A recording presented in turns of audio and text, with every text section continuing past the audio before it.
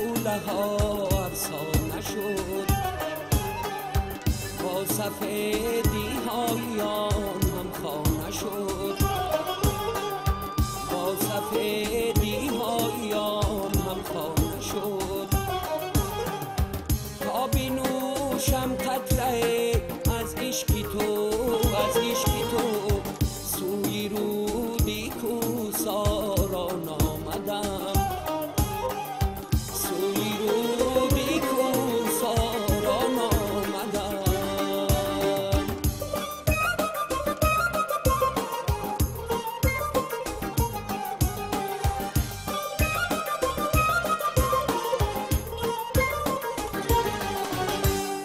چشمه های عشقی تو در جوش بود، هر طرف از همتش گل پوش بود.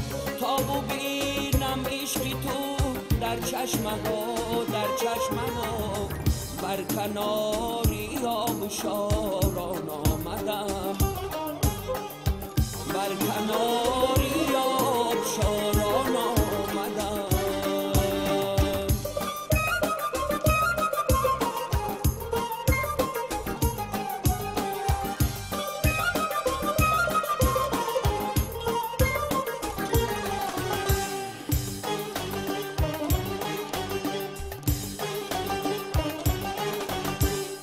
بر سری آن کوه‌های استوار،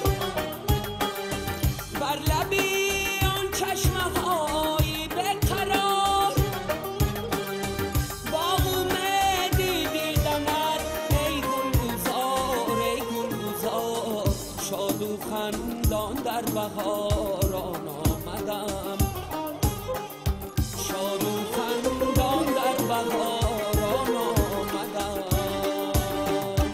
عشقی تو در کوله ها افسانه شد، با سفیدی های آن هم خانه شد، با سفیدی